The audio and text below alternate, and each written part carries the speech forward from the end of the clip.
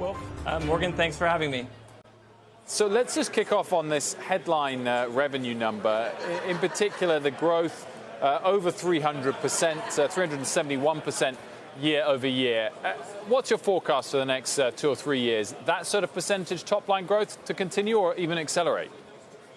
We expect to see continued growth in the coming quarters and years. I tell my team all the time that this is day one in this industry. All this excitement is about 2 countries in the world that have legalized for adult use and 41 that have legalized for medical. And we expect both numbers to increase significantly. I expect the global medical market to more than double in terms of countries that legalize over the next 3 years. And so it's a global growth opportunity. Currently, we export to 13 countries, and I expect that number to continue to grow in the following quarters.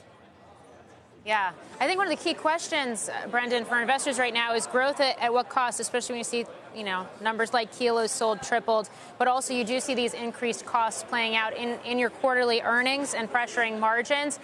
What should investors expect, both nearer term and longer term, in terms of this rollout of facilities, rollout of infrastructure, and being able to capture that growth?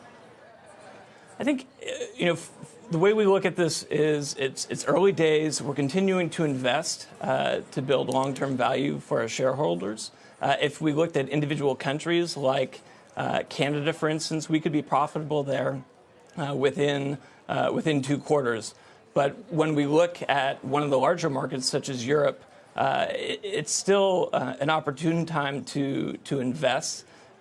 We have a facility in Portugal. I was there last week. We have about 60 acres outdoor and a large greenhouse that's been built. Currently, we are looking to export within the EU from that facility. Portugal's great because it has ideal weather. We have tariff-free access to the EU, and so we will, in coming quarters, begin to export from Portugal to places such as Germany and the UK.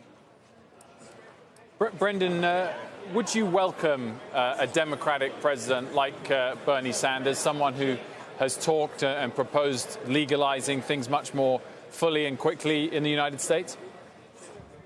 I think whoever is president in 2020, we're going to see cannabis legalized in the U.S. both medically and for adult use. A majority of Congress now comes from a district where cannabis is legal either medically or for adult use. I think we're likely to see 6 to 9 really red states legalize medically in 2020. And so I think that the tide has turned, and it doesn't really matter who's president in terms of cannabis legalization. It's really one of the few issues that has bipartisan support in Washington, D.C. How about CBD, which seems to be getting more scrutiny these days? I mean, you got the former FDA chair, Scott Gottlieb, coming out not that long ago, penning an op-ed in the Washington Post saying the CBD craze is getting out of hand and the FDA needs to act. Are you expecting to see more scrutiny or more regulatory oversight of that part of the cannabis industry? We're hoping for more regulatory clarity. Obviously, with certain pharmaceutical drugs that we distribute in other countries around the world and are distributed here in the U.S., I think we need a clear distinction between sort of pure CBD pharmaceutical grade products and broad spectrum hemp extract, which is legal under the Farm Bill.